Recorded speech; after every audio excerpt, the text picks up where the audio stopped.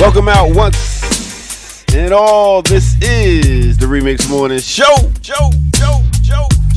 And I go by the name of the Air Doctor, and we are here to bring you that boom bap breakfast. Welcome out to Women's Wednesday as we rock out for you and yours. Now, let me introduce you to the lady of the hour. She goes by Jackie Lukman.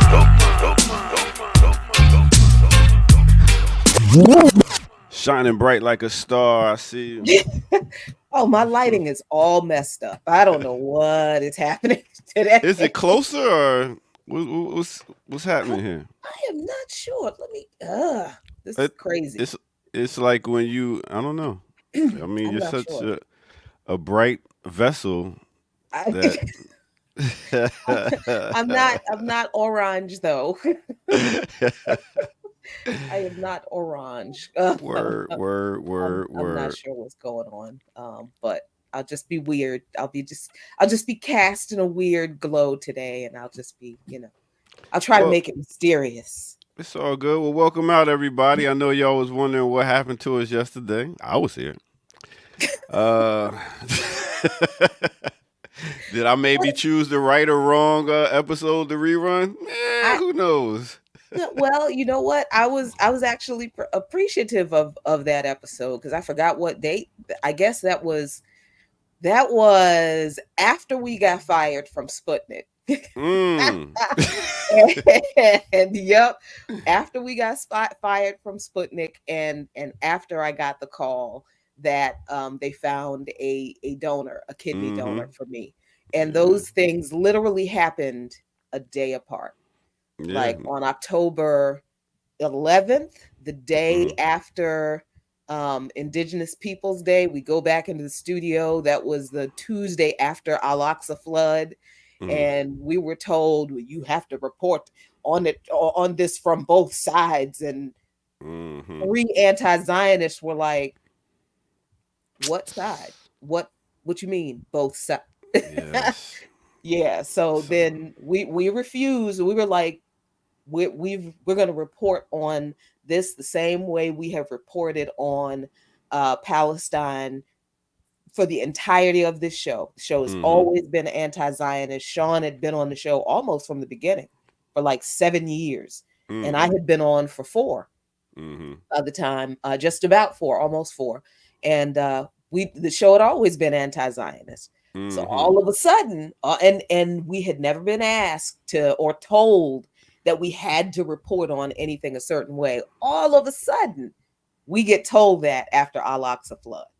And then when we were like, what is it that we were accused of supporting mass rape and throwing babies in ovens, which we knew wasn't true, which is why we were not going to report on that like it was legitimate. And when we were like, yeah, that's not there. There's no substantiation for that. Jackie, let me say something. You don't like your boss telling you what to do, what to report on, not to say how you feel about it. Come over to Black Liberation Media, Remix Morning Show. Sir. You do that. I had to let them know, you know what I mean? I had to Suge Knight it real quick. You know what I'm saying? Come over to Black Liberation Media. I was going to say Vince McMahon because I just watched Mr. McMahon last night. And boy, y'all been watching that, boy. Wow.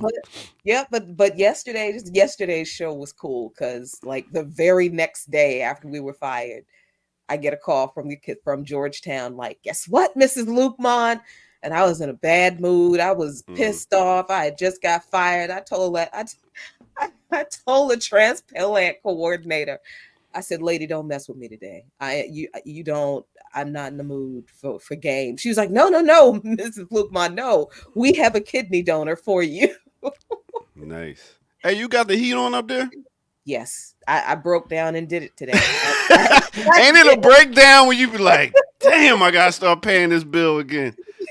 Oh. Usually, I try to wait until the end of October, but man, climate change is like, no, you need this heat right now. I rocked the space heater like all yesterday. I was like, I am not turning the main boy on. And this morning, I was like, woo. Now I didn't turn the main heat on. I do have the space heater on. Yeah. But yeah, even that, I'm just like, nope. Get the socks. I know. That shit changed over a day, boy. But no, I came in here and turned this space heater on because it's like, no, I'm sorry. I let Kamathi out back, and it was like, oh no. Leo says, ear doctor, the Chad has a bone to pick with you about yesterday's show. Oh my goodness! What doesn't the chat have to say about what I did or didn't do? So I mean, with the show yesterday, I think it had an interview by a former person that's on the founder of this platform. It was an interview on there. And I walked away. You know, I was like, let me walk away and go do some other things. Let me make me a little breakfast. Next thing you know, I'm getting texts like, yo, what is he doing on the show? What the hell is he doing on? I was like, oh shit. I had to go fast forward and shit real quick. Yeah, but you know about people just coming out of nowhere like, come out, get Franklin. Just Bam! Like a stalker. Oh, hey. Oh, damn. Wow. Hi, Kamal. Hi, Jackie. So, yeah, man, I didn't review. I just picked one from a year ago. That's my formula, y'all. I pick a show that happened a year ago, and that was what it was. Yep. So. And what was the? I never knew what the show was. I heard people saying things now. It was a show that Kalanji had an interview on, and I didn't watch the show. I had to come fast forward real quick. Live. I know people were very, very confused. Like, oh, this is Jackie's anniversary. What? Yeah, exactly. They were like, what? They got back. The band got back together. It's like, well, not quite. Oh, hey, man. we own all the shows. We should play them continuously, actually. The petty monster comes out to play. Man, listen. It's petty season. It is petty season. Oh, man, woo. Gotta get you. Speaking of petty, Erica Kane. Everybody getting slammed. Everybody getting slammed today. I mean, you said it, not me. I just repeated it. What's good? Vacation? Where you been? Me? I've been all over. Yeah. He's been doing the Lord's work. Yeah. Hi, Air Doctor. Great show yesterday. Thank you. Appreciate it. I'm glad, I showed up and nobody else did. Tis petty season. Air Doctor, what are my days? Huh? What am I scheduled? Because I feel like you make it seem like I didn't just show up. You did. No, you're right on time. Well, not today, but you're here on the day, But yesterday we had some people stepping away. People had some things to do. But I might need a week off. I think I'm gonna take a week off. Soon. No, don't you accumulatively have a week off? Don't you just be leaving at 9 randomly? I know. Don't I come every day though? Details. The point is, you can't take a week off. Shit, me? Y'all can figure this out without me here. What? Are you crazy? Come on, man. We had this discussion last year. That ego booster shit does not work, my brother. When you almost got a job, we had this discussion. Yeah. We were going to try to work with school kids, and we were like, that's not a good fit for you, you and children, And I'm still doing it, and because they gave me an extension on the contract because I'm doing so well. But you were trying. Well, I mean, you're the only person. But last year, you were trying to do it at 8:00 in the morning, and that was crazy on your part. Yeah, that's crazy. That's crazy on your part. Yeah, that's crazy work. Anyway, how was your weekend? Great. Good. Nobody answered. You said good. It doesn't matter. You know, sometimes good for you. I just ask the question to keep the conversation going. It doesn't even matter. I really don't care. No, but y'all good. Y'all got the heat on at the house. What did y'all do this weekend? Anything? Yeah, I gotta pre-start the car now. Yeah, you gotta go. I did that today for the first time in Atlanta. What? It ain't that damn cold. You serious? It was like 61 degrees, 62 degrees outside. It was chilly. 62 is you from where again? In Atlanta. I've been, I'm a house cat now. I'm in Atlanta, 62 is like, where the coats? All that. I don't want to leave the house. I don't want to see people. I mean, I was like, oof, it's cold. Step outside, like, ooh. You know what I noticed? Nobody wears coats outside of New York. People just be outside with no coats. With hoodies on. And depending on where you are, certain people are still rocking the shorts and the flip-flops. And nobody is daring you to do this. Please stop flirting with pneumonia like this. Don't do that. Why don't people wear coats? What is that about? I do not understand because you only got to wear them like 2-3 months depending on where you at. Yeah, but you still have to wear them. It's still cold. Winter. You got to rock layers. That's all you got to do. You know what I mean? That's what people like to do. Yeah, exactly. Yeah. They like to do the layers thing. I do a little of that at times, but I also like to have a coat. Yeah, because it's fly. I was going to say that. I think that's the only reason why New York is so that you can, know how much your Mermont costs. Yeah, we come from a fly era. You got to rock the sheepskin, the bombers, and all that stuff like that. That's a layer of sweat underneath all of that stuff for me, and that just screams hypothermia. Nope. Oh no. Nope. Woo, man, I'm glad I ain't getting too old. And then I'm not even ashamed. I am not even ashamed. Like hot flashes, cold flashes, it's too much. God damn, you don't know what to wear. I have to be. See, I can take a coat off when I have a hot flash. I can open a coat. 5 layers of clothes. I'm getting arrested. And that's not. You can't. No. And I'm gonna probably pass out before I get arrested from overheating and sweat. No. What you say, Kamal? No. I was asking about your age. I forgot how old you are. Oh, I'm 48. I'll be 49 next month. Are you a little old? Okay. Yeah, not too old. I'm way. I don't like how Ricky's face just stuck for a minute. I don't know if the screen froze, but I just don't like it. You think you're shaving off a couple of years? I was just, minding my business. I see. All right. Well, I guess we got some stuff to get into since we didn't get into anything yesterday. We can go ahead and get into some news and stuff like that. You're just not gonna let it go. Just go ahead and do it. All right. Let's take our first break right here on the Remix Morning Show. Let's go.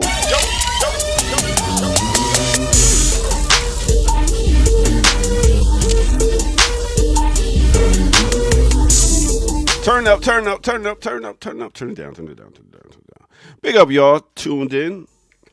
This is the Remix Morning Show. I go by the name of the Ear Doctor. And please make sure you hit that like button, subscribe if you're new to the channel. Go to patreon.com, become a member over there, and get footage that's rare. And yeah, go ahead to the bottom of the screen. I mean, you see what it say. BLKLiberationMedia.org. Go ahead and donate. Because we can't wait. All right. With that said, let's go ahead and get to a weather break since y'all need to know what's going on in the world. Let me snap the map. Y'all like snapping the map? All right, boom. Let's talk about it. Let's start off in the ATL. We got a high today of 60 degrees. Yes, only 60 degrees. Next, let's take it to BK Brooklyn. They got a high today of 57 degrees. Chicago, 54 degrees. It's getting cold, y'all. Houston was 90 degrees yesterday. Today it is a high of only 72. What a fall. Oakland, California, 70 degrees. Next, let's take it to Bermuda. Big up to all my Burmese out there. 80 degrees. Next, let's take it to Zinder, Niger. That's right. Minus the G, Niger. They got a high today of 98 degrees. Woo, man. That's pretty hot. But I tell you what else was pretty hot. Morris Brown's homecoming. That's right. Let me take y'all there. Big up to my man Ja right here, who's now a professor at Clark, Atlanta. Yes. Big up to all my people right here. That one guy right there, Jelani, used to be Kamal's boss. Big up to my other peoples right here. That we got this guy to be the SGA president. Made sure he got him in office. My man did some time. He out. Boom. Big up to my sister right there. Big up to my professor of African Studies, brother in all that, Masiki Scales out there. Big up to my sister. This is how the yard was looking. We was out there getting lit. Everybody was nice. You know what I mean? The club, them DJ'd the club. Everybody came out to the club. So it was a beautiful night. Big up to everybody that tuned in, showed up, and showed out. All right. With that said, let's get back to the Remix Morning Crew. You know how we do. All right.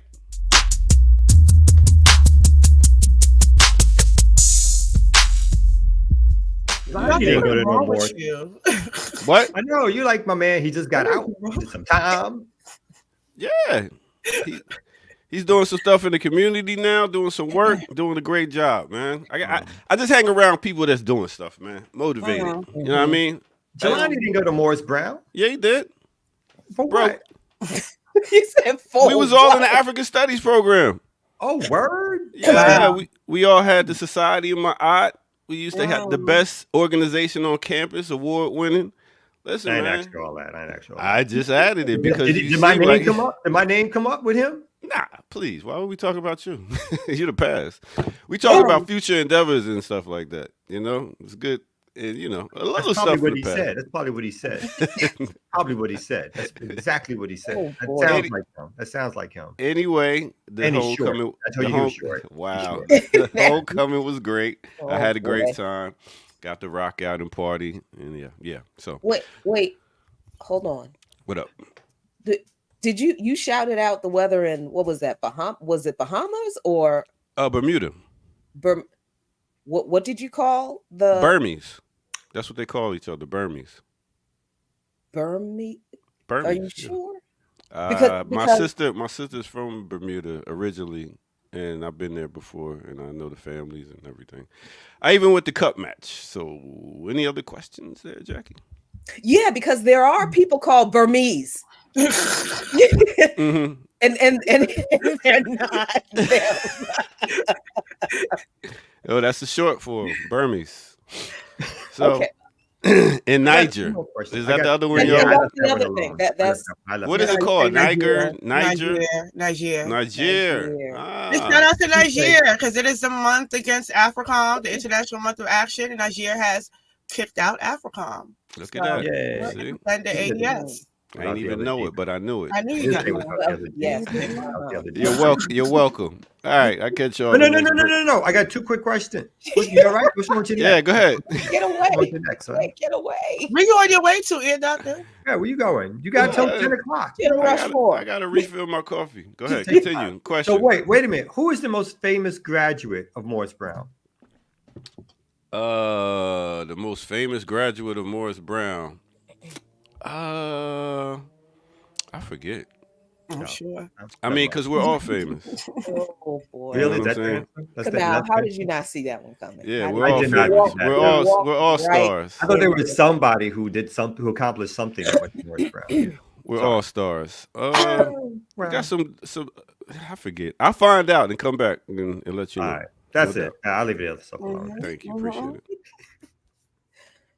it. Okay. All right, y'all. It's your friend, Kamal. He is my friend. I won't deny it. I won't deny it. Mm-hmm. Love him. All I don't take no political advice from him. I won't take personal advice from him. You know. But he is. I will. Yeah.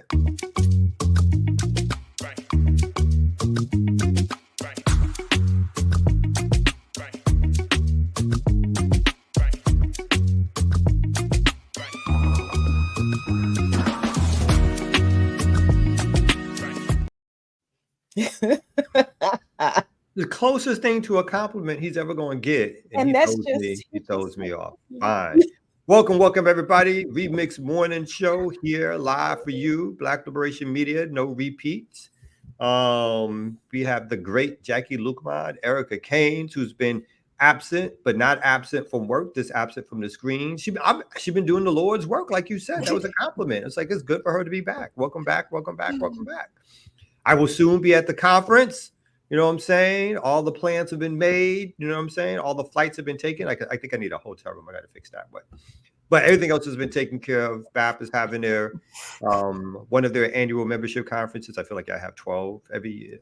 We do not have 12 every year. It feels like I have 3 or 4 in person yeah, convening is every other year. It feels like I meet more than that. We have new member orientations every month.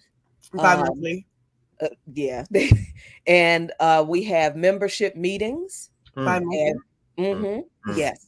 So and in-person meetings 4 times a year. Membership meetings the regional and the citywide alliances have our own meetings. Okay. So yes, it does. Now has seen me 6 times this year, I believe. I know it's been a beautiful year. I feel like I got and y'all don't know, when me and Erica get together, we go into the corner and we start snickering like kids and chopping it up and stuff like that. Oh, is so that what y'all I call love it? this. I love, Is that what y'all call it? Is that what we calling it now? The corner. What's wrong with the corner? You trying to in the corner? That's what it is. That's what it is. Y'all sniggling in the corner. That's what it is. She's starting rumors. Sometimes in front of people. Exactly. We point at people and talk about them. We do that too. Yeah, it's like, and that motherfucker. Yeah, all that organizer talk. All right, so y'all got stories. Y'all want to get to? I do. I do want to. I sent it to Air Doctor, so. But there's 2 stories that I want to talk about specifically. Something that came about yesterday with the U.S. Treasury and the Canadian government. They have colluded together to put Samidoun, which is the organization in support of Palestinian political prisoner work, on the terrorist list. So I wanted to read a bit of that. Air Doctor, you have that link? United States and Canada target key international fundraiser for foreign terrorist organization, PFLP. This is out of Washington. This came out yesterday. Today, in a joint action with Canada, the U.S. Department of Treasury's Office of Foreign Assets Control designated Samidoun Palestinian Prisoner Solidarity Network, or Samidoun, a sham charity that serves as an international fundraiser for the Popular Front for the Liberation of Palestine terrorist organization. The PFLP, which was designated as a foreign terrorist organization and a specially designated global terrorist by the U.S. Department of State in October 1997 and October 2001, respectively, uses Samidoun to maintain fundraising operations in both Europe and North America. Also designated today is Khalid Barakat, a member of the PFLP's leadership.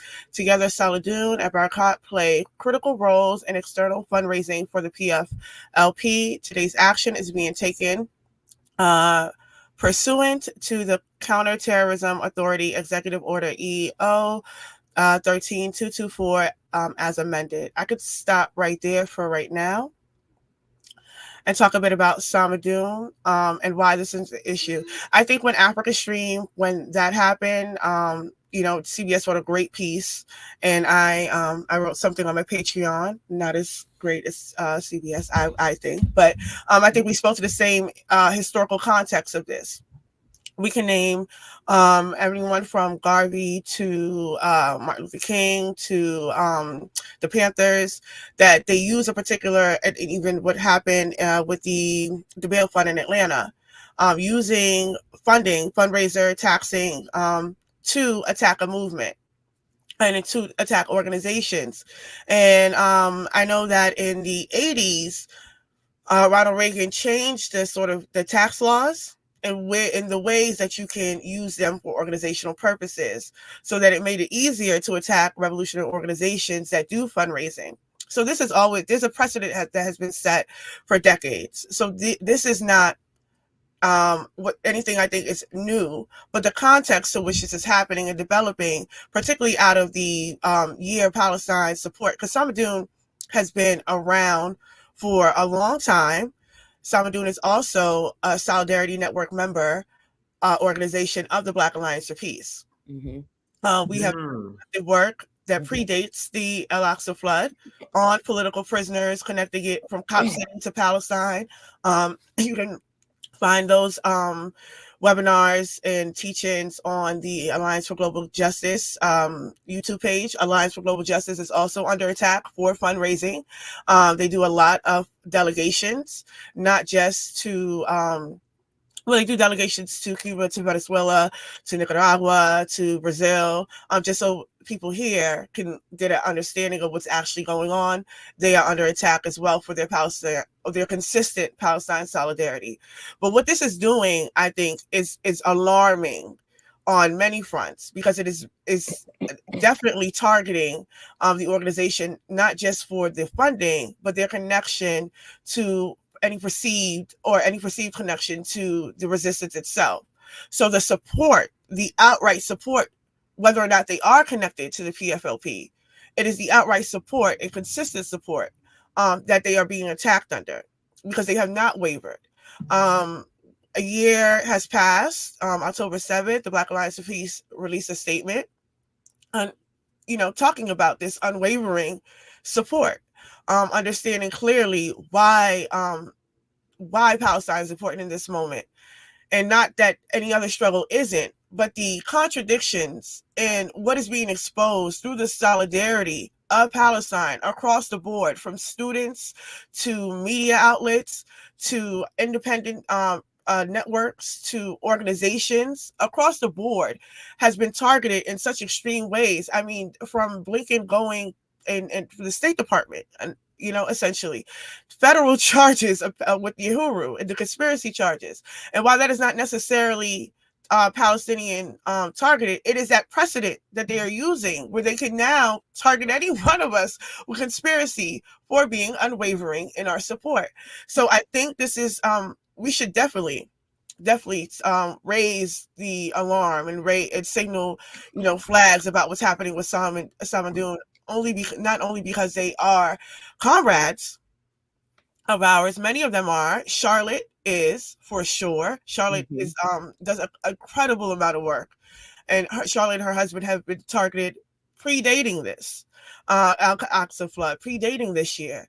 So this is something that they have consistently called for support around. But I think that if you are in this movement, whether you are supporting Congo or Haiti or Cuba, what is happening to Samidoun is affecting all of us. And it is something that we need to put pressure on. We need to have a campaign, start to really discuss these issues. Yeah, I mean, I looked at that yesterday and I thought, not only, oh, here we go again, but I also thought, like, this is really interesting, because here is the US government and Canada, but the US government that is now, Biden comes out and says, oh, I'm going to give Netanyahu 30 days to improve, to allow humanitarian aid into Gaza, or else after 30 days, I'm going to, impose an embargo, an arms embargo. Well, I mean, this is like the last minute, last ditch effort for the Biden administration to say that they're trying to do something to stop Netanyahu. But that's only after the worst atrocity caught on video. Not that Israel has not done what they did in the Jabalah camp by burning people alive. That's not the first time they've done that. But I don't think we've had video of it actually happening. So I don't think the Biden administration could let that slide. So they had to say something, right? So it was that ridiculous, unless they allow more humanitarian aid into Gaza in the next 30 days, I'm going to impose an arms embargo. Well, what's the next 30 days? The election is in the next 30 days. So, and in the meantime, Biden didn't say stop bombing Lebanon, stop bombing Gaza. So Israel will keep doing that in the next 30 days. The same administration that's pretending to rein Netanyahu in is also criminalizing aid and support organizations to the Palestinians, literally calling the people who are doing the aid support terrorists, right? So this is what the administration, the Biden-Harris administration, this is how they have always seen Palestinians.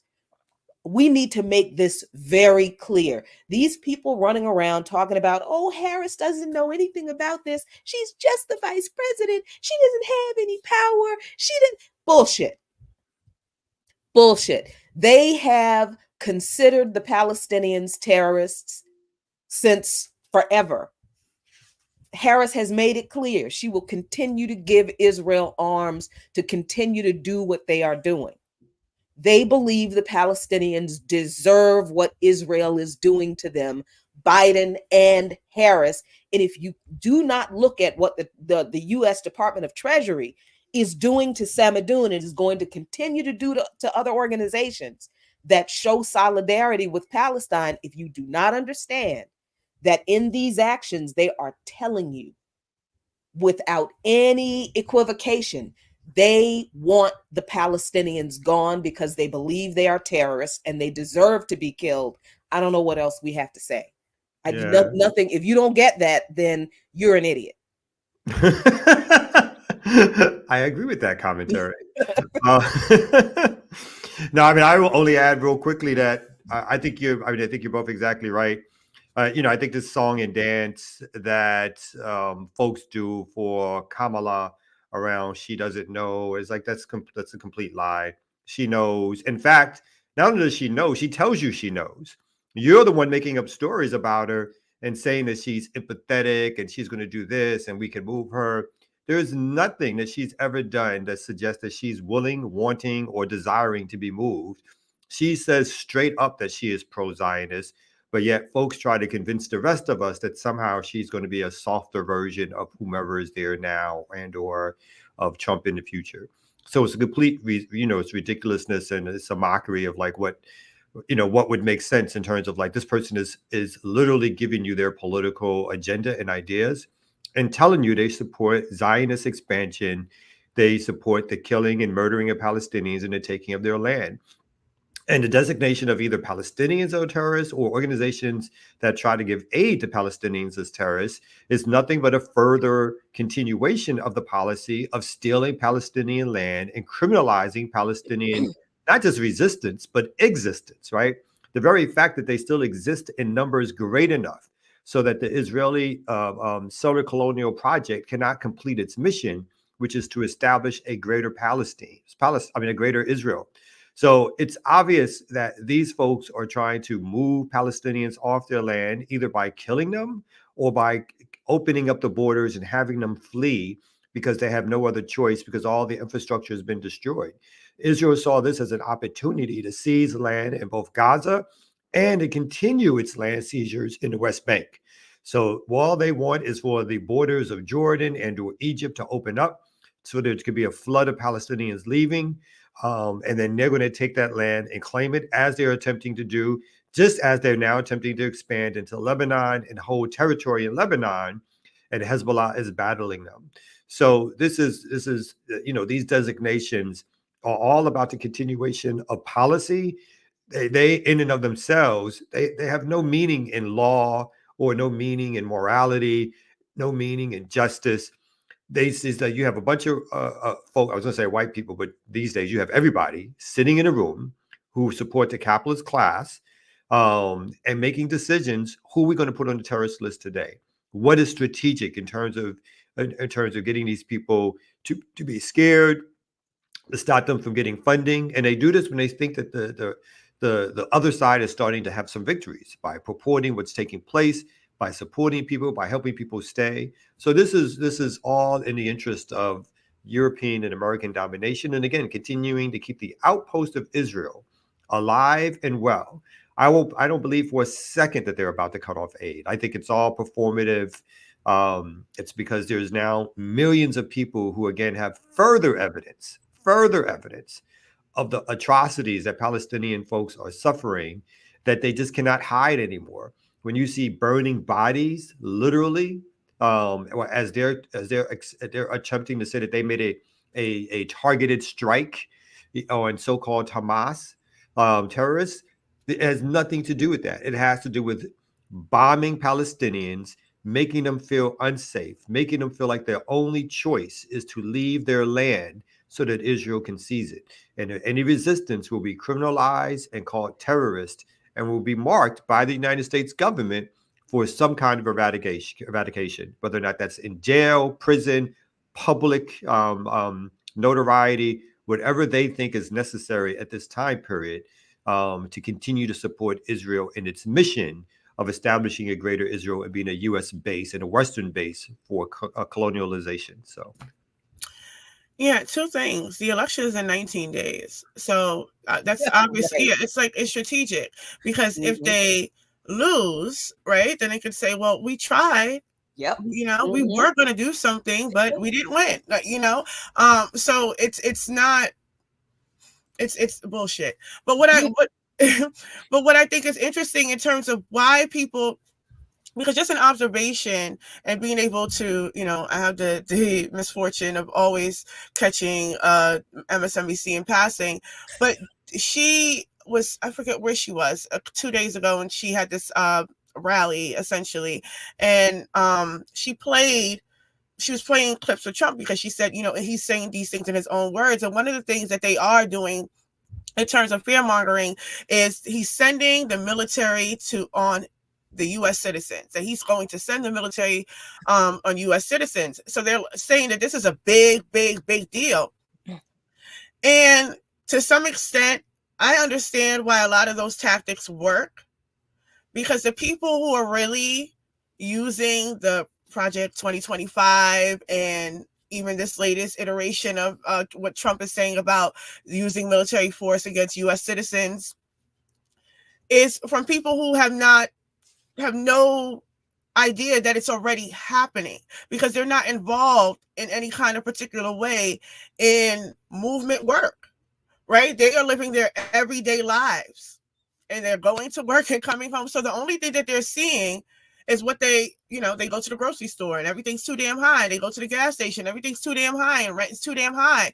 And this right is not happening. And this right, so when they turn on their TV, it's another massacre from the right? So they have only one particular point of view, which is why the reaction to people like us saying Kamala is only going to continue, this is things that are already happening, is more jarring than hearing what could happen under Trump, because they don't witness it. They're not around people, the 60 that have been indicted for RICO. Mm-hmm. They are not around you who remembers. They don't know who Samidoun is, right? Mm-hmm. They're not involved in any of the Cop City organizing.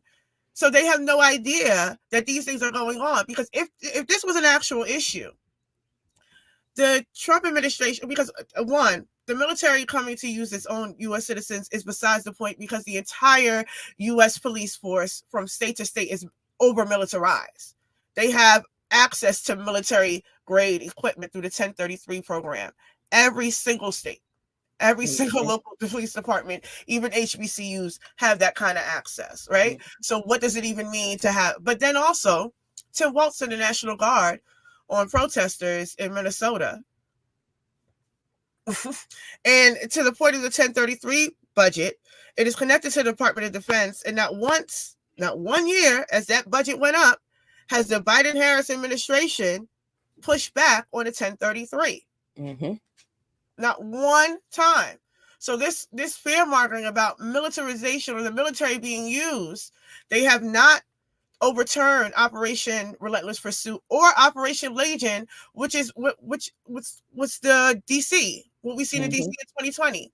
Mm-hmm. When they had the National Guard attack people, that was under Operation Legion, and they've never overturned any of these policing systems. Like all these institutions still exist, Mm-hmm. and they have only continued to fund them. And it's been our ass to catch. So the people who are unable to see that are the people who have the luxury of watching us. And I will say luxury, because when you are not involved directly in this movement work, well, knowing we are at war, Mm-hmm. then I mean that's a choice. Mm-hmm. Yep. That is a choice. And where we are at this point in time, that is a choice. Mm-hmm. Mm-hmm. And I can't, it's not for me to judge why people make those choices, but it is a choice. And when you choose not to involve yourself in a particular movement space and movement work against these things, then you are oblivious to all of these things happening. Mm-hmm. So then it does work to say, well, this is what could happen, because you don't even know that it's happening now. Mm-hmm. So the pushback around what we're saying about Kamala Harris is always going to be that. It's always going to be, oh, so what, you want Trump? Oh, but look at what Trump is going to do, or look at what Trump is going to do. Meanwhile, we come up here every day and tell you our comrades just got conspiracy charges. Mm-hmm. Our comrades just got RICO charges. Our comrades are now on the terrorist list. Our comrades just got banned from Google. They have no access to their Google. That's our direct comrades. Mm-hmm. Yeah. And go ahead. I'm so sorry, Jack. No. I think that where I depart a little bit is that I think a lot of people actually do know. They just don't care. Because it's not them. I think the folks who are the Dem Party operatives, the people who are who are already engaged in some type of electoral political organizing, they know.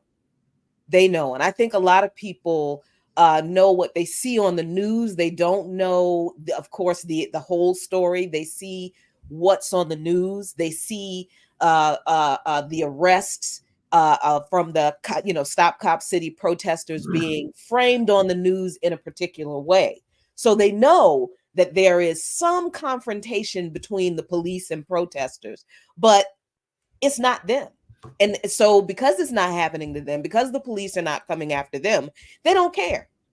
I think that's where you're absolutely right. People do make the choice to decide that that's not my fight. It doesn't have anything to do with me. I think there are plenty of people who, you are right, they do not know, because they just don't pay attention. They don't watch the news. They don't want to hear any bad news. They don't want to. I think there are millions of people running around like that, and they don't know that some of these things that are happening. But I think a lot of people do know, and they just choose not to be engaged, not to be concerned, precisely because it is not happening to them.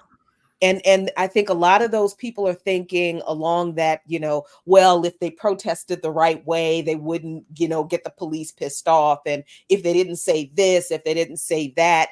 So I think a lot of people are still stuck in that very much indoctrinated respectability kind of thing, that's not how you protest the government type of thing. But I do believe, it's absolutely true. People choose not to care about the fascism that is already happening to other people just because it's not happening to them. And we know how that goes, because there's a whole poem about that. So yeah, I think my biggest thing is the people who supposedly, this is a mixture of both of your opinions, the people who supposedly do know, as in the liberal left, the people who are using, again, radical language. They claim they come from a socialist point of view, or they come from a left perspective, or they were raised in the movement. They have organizations, institutions. They read more than any of us read. They know what's happening on the news. They've called Palestinians comrades in the past. These people who are still suggesting that we need to support Harris over Trump, those are the people who really, for me, they know exactly what's happening to Palestinians. They know exactly what Israel is. And those are the ones who, whether they, again, I'm assuming they do know it, but whether they know it or not, they're the ones who actually act as the barrier to stop other folks from getting the type of political education which it even allows them to overcome the wash of propaganda, right? It's those folks who get millions and millions of dollars who now control aspects of a liberal left who tell us that we can't fight both Harris and Trump at the same time. That somehow somehow to stop Trump is in some way some bridge between fascism if Kamala Harris and or even before Kamala Harris if Biden were to get back in office. These very same people were happy to support Biden as he was the head killing and murdering Palestinians through Israel. And when Kamala came along, she became this surrogate for them to be like, oh, it's going to be different now because it's her. When again, as stated earlier, there's not one iota of policy and decision making which she has not agreed with and probably had not participated in. So she is by no means outside the orbit. It's not like she's not outside the rooms when these decisions are being made. She's voicing her concerns about how many Palestinians will die, not voicing her concerns, I should say, about how much more military weapons we get to Israel and damn the Palestinians if they die or could get killed, because it doesn't matter, right? The whole point of it is to take the land, is to continue the project of Western imperialism. That's the whole point. That's all they care about.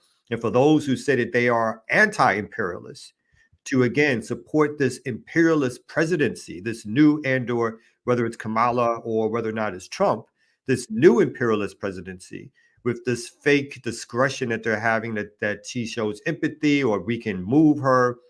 It's all a big lie. It's an ideological lie and it's a money game lie. And the money game lie is that again, the Democrats and the Democratic surrogate foundations give so much money into this voting scheme that people don't want to give it up, right? They don't want to give it up. Damn the politics. They don't want to give up the money, because giving up the money is saying, at the very least, sit it out. Tell people that you're not going to vote for either party. Tell folks it's time for a break. That would be something more in the tradition of the left and challenging imperialism or challenging the two-party system. Say pox on both your houses. Let them go down in flames. Let her go down in flames like she probably will do anyway, right? But if she goes down in flames and you're on her side, you've proven nothing. In fact, what you've shown is your ineffectiveness to even move populations, but still you're going to get millions of dollars, right? So let her go down in flames without you so that you can come back and make some demands or start another party or join the Green Party or whatever it is to show that you are actively working against the imperialist system instead of saying to the rest of us that we're being too leftist, that we're being extremists on our own, or that you're being strategic, because you're not being strategic. You're doing the same thing that's been the strategy for the last 60 years of Black radical or Black political existence, which is no matter what, is to vote Democrat, no matter what they promise or don't do once they get into office. You're just in a long line, and now you're just using radical language to back up what you're doing. I'm just wondering, like, so where's the sacrifice? Like, because even when we say that people don't know or they may know, I think the real issue is it's that what are people willing to give up? I think Jared kind of talks around this in terms of the abortion rights. Like, even if we say like we're fighting for women's issues or women's rights, we're fighting to save this particular rights that are always always at risk of being lost every election cycle, because there's no safety net put in place by any president or any administration in any of these electoral processes. But like, when does it become all right? We'll take that out. So that, because I really do not understand, because even if we're saying, okay, so we're fighting for women's rights, that's even in that in itself is a fallacy, because the Democratic Party has never gave a damn about abortion. Nancy Pelosi for years has said it was never a hardline issue. And they have shown that time and time again. And then the year of when Roe versus Wade, when all of that happened with the Supreme Court, they were supporting this congressional candidate in Texas who was anti-abortion. So like even the one who was running against Tina Turner in that primary, another one who is not pro-abortion and also pro-Israel. So when does it become, we're willing to give that up? Because that is not even how rights are won. Rights are not won through those mechanisms. And yeah, I'm just really curious about that, because I feel like at this point, it is excuses. Because there's no way that people could tune into this every day, could read Bar as recommended, could look at Hood Communist, could check out these podcasts, and then still hold a particular line like they do not understand. And even if there's things that you're seeing in passing, and you may not understand all of it, right? Because consciousness does not develop individually. That is something that has to be developed in a collective space, I believe. Because you could be aware that things are happening to you, but you wouldn't understand the whys. That is something that's developed through study and political education, I believe. But to then say, well, I guess we'll still just go ahead and vote for her. And I'm not telling people who not to vote for. These are choices that people have to make for whatever reasons they're making it. But I feel like the pushback for any criticism against this administration, particularly Kamala Harris in this point in time, is ridiculous to me. Like, it does not make, because I don't understand why you feel the need to defend this person.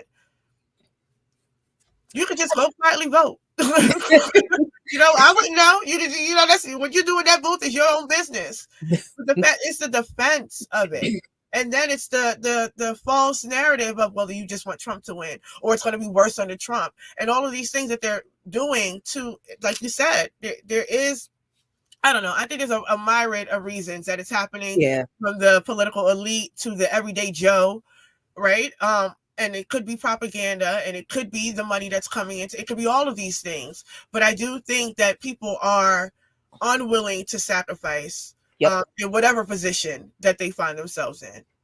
I think that is primarily it, because I think of people I know who are, they are like literally afraid. Like, when I talk to them, like a couple of my neighbors, you can see the fear in their face of Project 2025. And I'm just sitting there looking at these people like, so you really don't know that it really is, a lot of these policies really are in place under Biden, that you really don't know. There is that. But then there is also, I think, people who are afraid of losing what little bit of certainty they think they have now, right? I think that is a big, big fear of the unknown. Like, people are like, yes, I know Kamala Harris is bad. I know she's bad. I know. But I don't know how much worse it's going to be under Trump. That's what people have said that to me. Like, are you serious? We survived that dude once already. So I think there is that. But I also think there is a big old strain of and I say this as a follower of Christ and a constant critic of my brothers and sisters in Christ who are stupid and don't read their own texts and don't really know Jesus, and 80% of them are going to hell, and they're going to be surprised when they wake up in hell. There's a serious strain of Islamophobia among a lot of folks, because of stupid bullshit misinterpretations from the Bible, because of the subversive anti-Muslim teachings that have come from the Christian church since before 9/11, right? Because there's a whole fucked up narrative about Arabs in that's a misinterpretation of scripture in the Bible. I think there's an aspect of that. There's a lot of Islamophobia. And the people don't understand Islam, but they hate Muslims, right? It's the same way people in this country don't understand socialism, but they hate Fidel Castro, right? I think there is plenty of that, but ultimately at the foundation of it, I think what we're seeing in people is the effect of individualism elevated as a part of a value of being a citizen of this country, or of being a patriot, as opposed to being concerned for the interests of the whole. Because ultimately, that to me, that's really what this is. It's like, These people, both of the representatives of these two political parties, one party, two different names, have told you they will continue to give the people carrying out this genocide weapons to keep doing it. And your response is, well, okay, but we have to vote for one of them. And to me, that speaks to the bigger issue of really just not giving a damn about humanity. People would rather ensure the little bit of comfort they think they have, because I think people do know they're not going to get anything from Harris. I think people look at that platform for Black men and tell me, look at that mess and tell me anybody thinks that woman is going to actually do. Come on now. I think people know that she's a lightweight, and the Democratic Party has never done a whole lot for Black folks, but people would rather hold on to the little bit of comfort, certainty, whatever it is in their mind, than to do something different and not know what they're going to get, even if doing something different means they are standing up for humanity and they are making an active step to try to save other people's lives. That to me is what I always go back to. Like, at the end of the day, whatever reason you have for continuing to support this woman, this political system, you're doing it knowing that you could do something else to save people's lives, and you just choose not to. And that's well, let's make a choice now and bring up the ear doctor for a break. Yeah. That's wild, because the camera crew came back through Black Man's Lab again, to ask about the Black man's votes. What are y'all doing? Blah blah blah. Mm-hmm. And I think a lot of people are just like, I'd rather go down this road that got some messed up stairs than go to this road that got no stairs. They look at Trump as in, like, we know his hate, we know who he is, and we know what to expect. Over here, we don't really see the hate from her because they're not thinking about the whole genocide thing. So they're not thinking about how I mean, people are propagandized to this degree where it's all about, well, she looks like us, she says kind words, she promises she's going to help us. And then when she gets in, I mean, damn well they're not passing any legislation targeted towards Black men. They're not going to get into crypto, except for longer prison sentences. She's talking about another criminal injustice law that winds Black men up in prison more. That's about the only thing we can expect from the federal government that will massively do anything around Black people.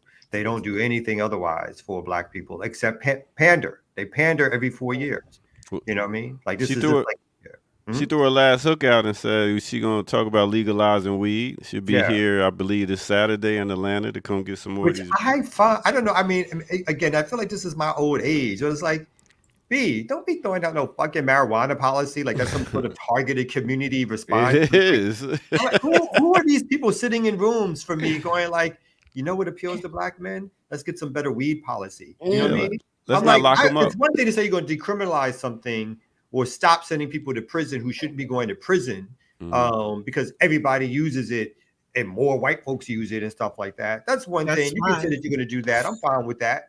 But to keep holding on to this whole idea that weed is somehow some come up for the larger Black community, and we need to continually talk about weed when we speak to it's such a fucking panderish, childish, like in Jackie's terms, stupid idea. Yeah. Yet it sells because of the propaganda system we have in the United States doesn't give us any understanding of how politics works, or even to break out of the sort of systemic control, as you're saying, that the Democrats or the system has over us by saying, oh, we're going to give you these choices, these two choices, and supposedly they're different. But again, we really know that they're not different. One is more performative than the other. But what does that mean for you in your everyday life? Where has the Black community improved in some sort of real way because Democrats were in charge? And over again, history shows it doesn't happen at a local level or at a federal level or at a state level. But yet people still buy in and say, oh, this is my only choice, because the propaganda system leads them to believe that. People have other third-party choices. They have other choices to sit out the whole goddamn election, and they have choices to organize against all these folks so that we can really fight for some real liberation in our lifetime. So I think people are being steered down the road, and again, like we said this last week, all this talk about black men, when black men are usually right below black women, is the second highest percentage of folks to vote for Democrats. Where's the smoke for your white folks? Where's the smoke for your white women who are like, upwards of always supporting Republicans in the majority? Where's your smoke for your white people that you're constantly going after, who are supporting Trump and so forth? You don't do no smoke with them, because them you scared of, or you got respect for, or the whiteness somehow blinds your eyes. But you can pick on black people. Do you think black people won't fight back? Because you feel like we ain't got no place to go. And then these other Negroes don't tell people they got no place to go. So they think that this is where they got to sit. I got to sit in this damp water and vote for this goddamn right-wing Democrat who's not going to do anything for me. Anything. Did anybody ever get out of jail from the weed decriminalization thing that Biden did that we said was bullshit? It was bullshit, and because nobody got out of jail, because nobody was in federal prison for simple possession of weed. And see, Harris, Kamala, that woman, if she really, we'll talk about that policy platform when we come back from this break. Because Jesus Christ, she had to have asked a fucking AI bot for that shit. I think it's a tactic to drive a further wedge in between the black man and the black woman. If Trump gets elected, because black women gonna be like, see, y'all ain't vote. Watch. All right, let's get to it. The elites will tell you that. Yeah, let's get into it. Yeah, go ahead. All right, let's take a break. I know you gotta go to the bathroom. All right, let's do it right here on the Remix Morning Show. Let's go.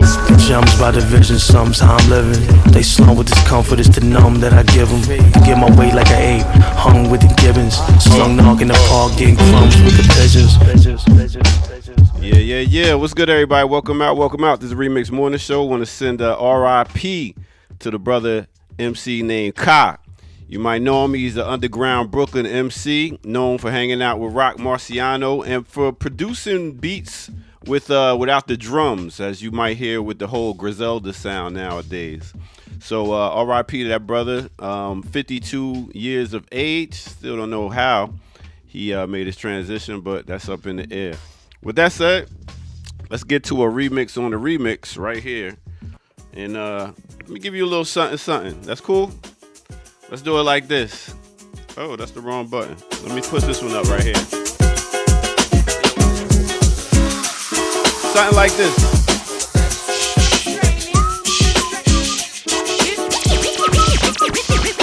It's raining, my body's calling. I'm in need of my darling. You will want it's raining, it's raining, my body's calling. I'm in need of my darling. You will want fire under me, baby. Come on, bake me to give me pina colada. I get laid in the rain. On the way, always with me. I dare not complain. My baby got me balling out from pain. But that's the way I want it, because my body must feel what me say. Hey, I know you lose them and them no style. I pop out their body and I go like them guy. When me want me man, me just be man me right. Take out the whip and like a jockey, me a glide. All right, let me take you to a time and place. Let me take you back to 1994 with them gal them called Lady Saw off the album Lover Girl. Name of this song is It's Raining. Mixed with a little bit of 1999, we talk about the Locks off their album We Are the Streets. Name of this song is called Ride or Die Chick featuring EVE. Yes. That's your remix on the Remix Morning Show. What you can do is you can go and like, subscribe, go to patreon.com, become a member over there, get footage that's red, and yeah, donate. At the bottom of the screen, you see blkliberationmedia.org. Please go there and show your love. All right, with that said, let's get back to it right here on the Remix Morning Show. Let's go. Getting high with the Gucci frames over our eyes, sweet to the towel. Still won't in the bands, push the bands. Yeah, I need a ride or die chick. Okay, what's good, y'all? Big up to Ka. I know you don't know your Brooklyn MC coming out of your way. Nah. You're Very- right. I'm sorry he passed. Brownsville. I didn't know who the hell he was. Brownsville. Yeah, very underground. Never But ran, never will. but known for producing that whole sound. A lot of people hear without the drums and the beats nowadays. So big up, big up. All right, so there you go. Later, Gators. I'll catch you on the next break. Peace. Nice. Yeah. Well, let me just say before we get started again, folks have been talking about donating to Black Liberation Media, but y'all been drying up on the resources a little bit. So let me drop this in the chat because I feel like, the Patreon is going well, but the support that we need, that we used to get on the platform, and y'all used to drop 5 here, 10 there, 15 here, 20 everywhere. That part is not as that part. Yeah, you know what I'm saying? I feel like I was a pole dancer. I was getting some tips. I feel like my tips are dried up since since you can't stuff it directly down you can't do that no more. Paul. Now you got to do it a little whatever. I feel like my tips, I'm not getting as many tips as I used to get. So I feel like y'all got to come up with some more tips, some other ways to give me my tips. Since you can't just reach your hand. Please, just pay. So and you get the we analogy. don't have to hear any more about stuffing things down. Yeah, you get the analogy. So I dropped it in the chat one more time. Like Black Liberation, BLKLiberationMedia.org. Please, y'all support when you can. $5, $10, $20. Monthly stuff is always helpful. It just keeps the band going, helps us support, again, other additional projects that we have and everything else. So for those who have given, we always appreciate it. For those who have not given, we do not appreciate it. And we need y'all to give. Please support. Thank y'all. Thank y'all very much.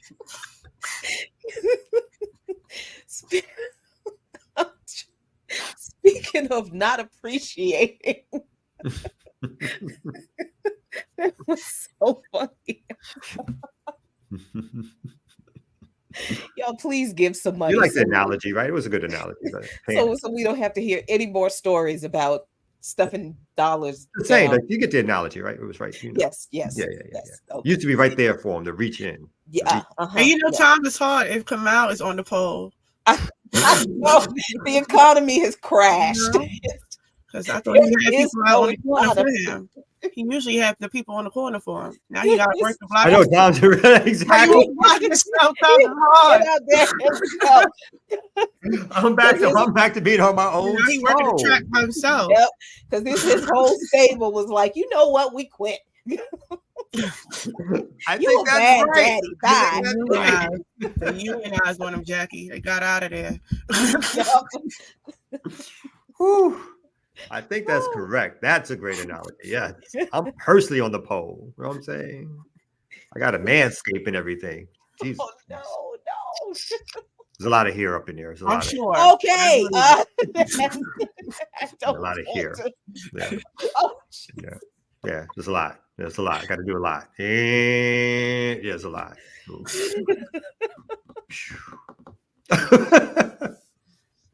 All right. Wow. All right. Oh, Sharing is caring. Sharing is caring. Go ahead. You know what else is a lot?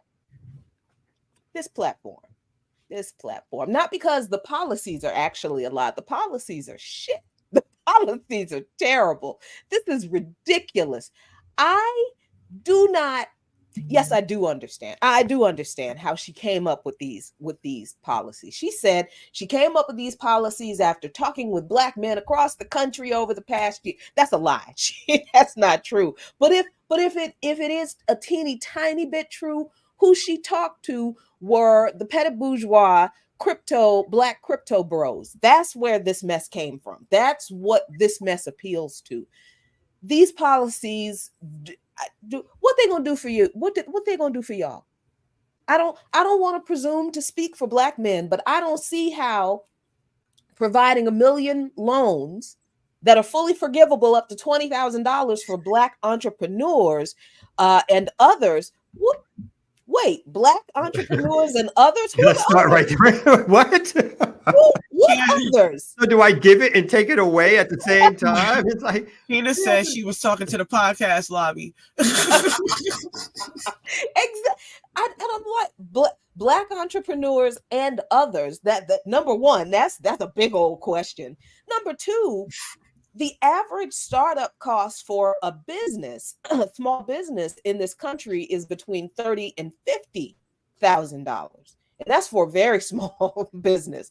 But she only gonna give y'all 20 grand. Really? Wow. Okay. And aside from that, most people don't even want to start a business. So how is this going to help Black men in general? All right. I can't wait a minute before you go on. I can't even count this number. So she's claiming she's going to be giving $20 trillion. How much is 20,000 times a million? I got like 9, 10 zeros up in this bitch. So she's all of a sudden she's gonna find in the budget to give like 20 billion or $1 trillion, whatever this real Fully forgivable is. Fully forgivable. Totally forgivable. Totally forgivable. Forgivable to Black people and others. And others. Or Ukraine. Others. Ukraine. Or Ukraine. Yeah. These new missiles are here to help Black men. Don't you understand? Yeah. The Black men need it more, Ukraine. Exactly. Exactly. Yep. These missiles are for the Black men in Ukraine. That's it's all for you. We wrote the name of Black businesses on each missile. We support the Black businesses as we give this money to. It is the most. It's not. It's just. It's ridiculous on its face. When someone says, "I'm gonna let us move on." I'm sorry, Black entrepreneurs and others. Who the fuck is others? Everybody else. The middle class. The middle class. Because that's the only class that she acknowledges. Yep. That's right. In the title, it says it's for Black men. Mm-hmm. And the smaller print is for Black entrepreneurs. And then in the smaller print is for others. With 2 asterisks down at the bottom. So it's nothing. And those numbers are ridiculous and not even close to anything that you would ever give to Black men, Black people. Because she would be pillared. Not that she even will do it. But she knows that she won't even try to do it because some white Republicans would lose their fucking shit, even if you thought about it. So this is strictly propaganda. This is strictly pandering. Who would believe that? I'm sorry. No, 1 million Black men or just 1 million Black entrepreneurs and others. That's right. We don't know, do we? We went from Black men to Black entrepreneurs to others. So it's the whole population who's eligible for this 20 billion that doesn't exist anyway. Precisely. Exactly. Are the others Black? No, they don't have to be. Does others sound like it's Black? Does others ever mean Black? It never means Black. When we go people of color, isn't that really a way of saying, all the non-Black people need to be included in this shit? It's no, it's got nothing to do with Black people. But I need to put Black in it. And if I put it out to Black people, like you said, all the podcasters are going to go crazy promoting this shit like it's a real policy, suggesting to you that you're going to get some dough and you're not getting exactly no what's been happening. Nothing. She went on. There's a big listen. The last 2 days has been big talk on MSNBC about her going on Charlemagne the God. Oh my God! Big talk. So everybody's excited for that. And then Musa said in the chat that she was on the Shade Room. She was on call her daddy, and I just think that this is interesting stuff. So it would be the podcast lobby. I know she's had conversations with Earn Your Leisure. So yeah, that's a policy. It's just but this one, the second and the third one, I think, insult me more than anything. I am more pissed off. But even the legalized marijuana thing, it's like, God, they all do that shit. But this thing, support education, training, and mentorship programs that lead to good paying jobs for Black men, including pathways to become teachers. Hold on. What does support education mean? What does support mean? What does that mean? What does that mean in terms of policy? What does that mean in terms of creating jobs? And nothing. It doesn't mean anything. I hate how I'm so sorry. Did Obama do this? Who didn't say this? Obama did this with Steve Harvey running that program, right? With Yeah, exactly. This is the Steve Harvey. Yeah. In fact, it goes back further, right? This is part of the Moynihan report from the 1960s. This is basically refurbished language from the Moynihan with these poor, ignorant blacks. You know what to help them? You know what to help them? Mentors and some training. Niggas need some training. Right. Job training for jobs that don't exist. Yeah. Let's just train them up. Tell them we're going to train them. Don't that sound good? Who gonna be against training? It's like when they say that shit about more training for cops. Right. Who's gonna be against training? Who's opposed to training? Of course you need training, but it means nothing. It's like a support. They get no dollar figures here at all on this one because all the money was spent on the others and the entrepreneurs. Of course, it's not happening. But no more dollar figures here. The support. Right. Just very nebulous, and of course, the protect cryptocurrency investments. Who? We broke. We are broke. Who's cryptocurrency investments? All the people arguing with Jerry. and I was the 6 people.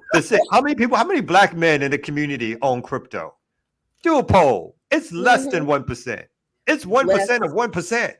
Who the fuck is that for? That's definitely the podcast lobby. That's definitely the podcast lobby. And that's where she got this. Yeah. She got this mess from Charlemagne the God, from the shade room, from 19 Keys, from the that's where this mess came from. What crypto is. You could put crypto in my face on my computer screen and I'd still be like, what is that? We don't do no goddamn crypto. That's worse than saying the stock market for us.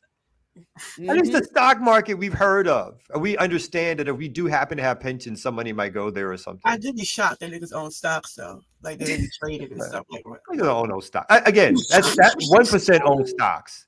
And most of the stocks owned by that 1% are because people got jobs and then the investments go in it. Right. But people ain't in the stock market like that. Yeah, it's the 401ks. If I tell you I own stock, it's usually I'm talking like it's the 4. I don't even got that. So I'm on the 1%. In fact, I'm 99% because I ain't got no stocks. I ain't got no crypto, and that's most of us. I ain't got no goddamn crypto. Right. And Wall Street crypto, we think we talking about crypto. I don't know anything about how any of that works. Crypto, we think you talking about Superman. You mean kryptonite? I don't know. People ain't got no goddamn crypto. This is targeted towards 6 black men, like you said, who are on podcasts talking that crypto shit up. 1% of our population. That's not the real there. But she's also intentionally going on podcast. Like I think it's very intentional which podcast she's using. And I think in contrast, the way that they talk about Trump being like the media man and like the specific, I think they are trying to do. I don't see her moving away from the Obama model. No. It's the exact same model because when you think about how he came up too, especially his emphasis on using social media, so she's following that same trajectory, being in these particular spaces. But it's also a particular demographic that is ignorant to much of what's going on that she's going to and talking with. So I think all of these things are strategic. So that you can say, yes, I'm in tune with the black community. I was in the shade room. All the blacks love the shade room. So in fact, part of her strategy is that she won't directly probably talk about black men, but that's why she brought Obama out there. That's why they filmed Obama talking at her campaign office. It wasn't any, I just happen to be here with 1,000 cameras. I'm going to make this statement to these black men in the room. It was a whole setup. It was like, okay, it's every 4 years. We need to talk something bad about black people. Who can we pull out? Right, we need to put them in their place. Remind them of whose they belong to. Exactly. And much of the policies for black men that's being offered is derivative of the private sector and nonprofits. Like all of that is where that's going to be streaming through. That's right. It's still neoliberalism, and it's like that's being pushed as like this grand thing that's going to be helpful. But that all of this is like a continuation of neoliberal policies, but directed or framed towards black men. But Obama did that with the black boys and things like that. And I remember that particularly because at the time, online, and hopefully everybody regrets this, but these sort of gender wars that derive on those social media spaces, the issue was never really about what is even being taught to these young men. It's why the black women don't have it. And this is why black Right. women are always left out of these spaces, right? So like hopefully everybody regrets that fucking thing. I hope they do. That was a mess. You know? That was, and you know, people should you know, the point about about neoliberalism and these policies are nothing but, you know, neoliberalism. The whole thing about the health initiatives for black men for diseases, what is it? Launch a national health initiative focused on the illnesses that disproportionately impact black men. What is a health initiative? What is that? What is a health initiative? Because what black people need, what black men who suffer from prostate cancer at higher rates than other men do, what black men need is healthcare.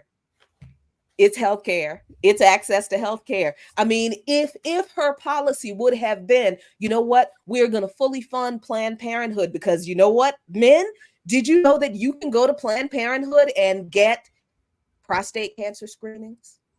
Yeah, healthcare for all. Yeah, healthcare for all. There's a platform that helps. Even if she had said, okay, we're going to give Planned Parenthood the tools it needs to expand its, you know, outreach to include black men, that would have been something. But what the hell is an initiative? It is another program that is going to be given to some 501c3 or an NGO that's connected to the Democratic Party, that's going to create some ads and buy a bus and wrap the bus with some nice images of black men, maybe provide some screenings here and there in the hood on cookout days during the summer, and that's it. That's exactly what happens. And take them pictures. Take them pictures. And take them Nobody pictures. some nice pictures, some videos. Look at Kamala Harris's Black Men's Health Initiative. And y'all still gonna die from undiagnosed prostate cancer. Y'all still gonna die because you can't afford the treatment to survive prostate cancer because that initiative doesn't include health care. Yeah. And we still gonna die because the only stores in our neighborhood is those fast food rundown stores, so we got no control over resources and who decides what gets put in our neighborhood. So all that, and then it's like, you know, that solve some problems, give some money to the community. Let the community decide what stores, how things come into the neighborhood. Stop giving these subsidies to these big meat companies, which are basically causing holes in the ozone layer and tearing up climate. Those are real policies. That's real policies that impact millions and millions and millions of people. Real time millions of people. But instead, we get the cookout approach. And again, like you said, it's always the same thing for us. And we always gleefully, well, not we, those who are the elite above us, who take this money and promote this person, promote these people, always, always, always not fall for it, but allow it to happen. And so that's the cynical part. It's like after, you know, if you keep doing the same thing over and over again and expecting different results, right? It's the definition of crazy, as they like to say. So you can't keep doing the same thing and think the results are going to be different, because otherwise that means you know what the results are going to be and you just don't give a fuck because you're getting paid. Speaking of getting paid. Who's getting paid? You better not be getting paid. Not from us. I mean, okay, I was about to say. I mean, when you're trying to get that jobby job. I'll be out in the streets getting paid. But yo, you know what's crazy? Whoa. That was I the thought word. you weren't supposed to say that kind of stuff out in public. That's what I heard when I was in Atlanta. But we were together. We were doing. We both had our heels on. We was out trying to get that money. Who is he talking about? Hey, so I was out at the Kroger in the black neighborhood, and you know I go get my fake eggs, right? So I go get my fake eggs, and in the black neighborhood they like $9. I go to the white neighborhood, get the same thing, $6. I mean, the fact that they make sure that we are eating unhealthy and gotta pay more for healthier stuff is fucking wild, yo. I'll be like, God damn. Try to get some regular chips in the black neighborhood, all they got is sour cream and cheese. Whoa, what you gotta get sour cream and cheese? I'm just saying, the least healthiest ones are always in the black neighborhoods. You go to the white ones. Why you always trying to fight? Because y'all are addicts of food, and people are not talking about the addiction of food. and not talking about how we are getting put out there to make sure we keep consuming this bad food that's giving us cancer. As another addict of do food, not agree. I agree. Of course, because that's what addicts would say. They would be like, "Yo, crack ain't as bad as you think it is." Well, I'm not it is. Because they didn't have your favorite flavor of chips. Yeah. You see how it gets. I know you get on the attack. Yeah, they're on the attack around these chips. You see how it gets comical and stuff when the hurt dog get hit. I would know chips. What is a fake egg? Start there. It's mung beans. It's mung beans. It's a bean. Yeah. But the thing is, it's healthier than eating chicken embryos. My bad. What's the healthier chips other than cheese and the ones that don't have a bunch of different oils in them and doesn't have a bunch of what's that? Because they don't have them in the hood shops. You have to go to the white neighborhoods to get the chips that actually don't have a bunch of oils in them. Completely right on this one. Thank you. I mean, I agree with you on this one. I agree. I'm still one of the, I might be getting the sour cream myself, but I think you are technically correct on this one completely. You're the ear god on this one. Thank you. Appreciate it. We went back out on the stroll together. Oh, whoa. Okay, let's take a mental health break after that one right there and get right back to it right here on the Remix Morning Show. Let's go. Oh, fake egg.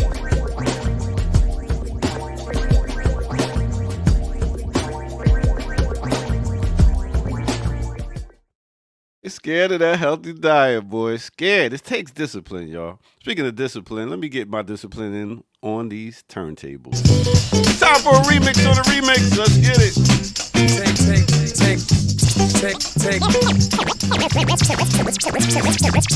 this for example, young brothers want rap, cause in the life they're living, you can't have step. It starts with the young ones doing crowds for fun, and if you ain't down, you'll get played out, son. So let's get a car, you know I fly with.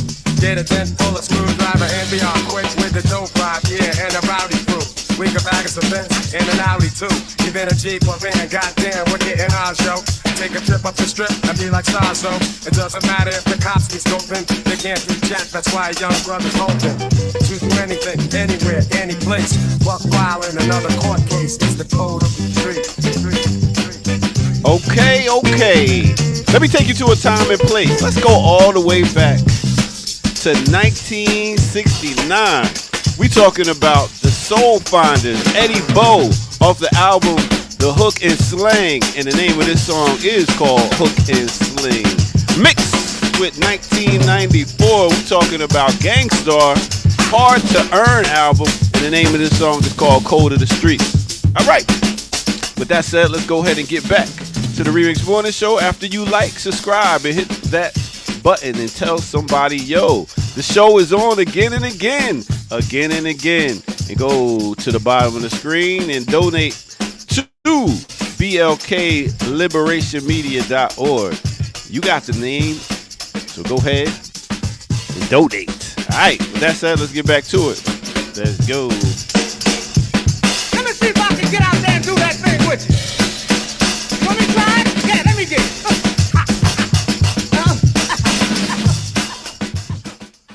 Yeah. I know it's heresy to say so, but I could never get through a Gangstar album.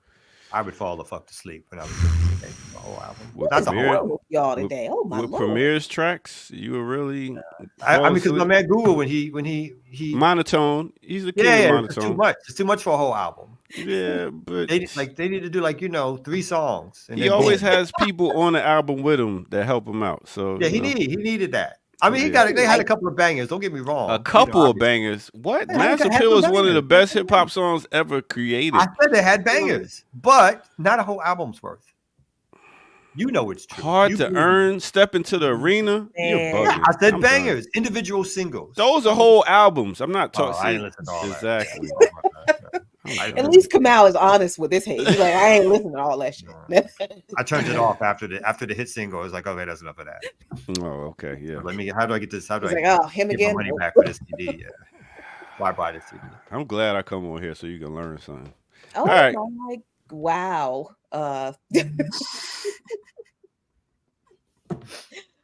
Welcome, Remix Morning Show. We are over 400 live viewers, please like, subscribe. Okay, you can't subscribe no more, I guess, but like, do you can subscribe. Yeah, you You can can't pay still no money. subscribe. Yeah, Mhm. like, subscribe the channel. We got a couple of good donations. I thank y'all who gave out some resources. Only a couple though. Only a couple. Only a couple. I'm waiting. I'm waiting. Appreciate y'all. We thank y'all so much. Thank y'all so much. Look at the minister server coming back in the chat to start some stuff. Whoa. Listen, Gangstar, that's why I come out, got kicked out of Brooklyn. Son, anybody kick me out of nowhere. You know that. You know that don't happen. Come on. No ask. Albany Project, you said? Albany Project, son. I'm gonna go ask. You a legend. Still know my name. Still my name. Still know my name. Wow. Oh, there's like that brother who used to run the streets. That one, yeah. Ran 4 buildings. 4 buildings. I'm gonna start a food fight. I'm gonna start a food fight. I'm gonna suggest that unless you're growing your own vegetables out of the ground, you really have no idea what the fuck you're eating if you're buying it from a store. I'm just gonna suggest not to take any advice from somebody eating fake eggs.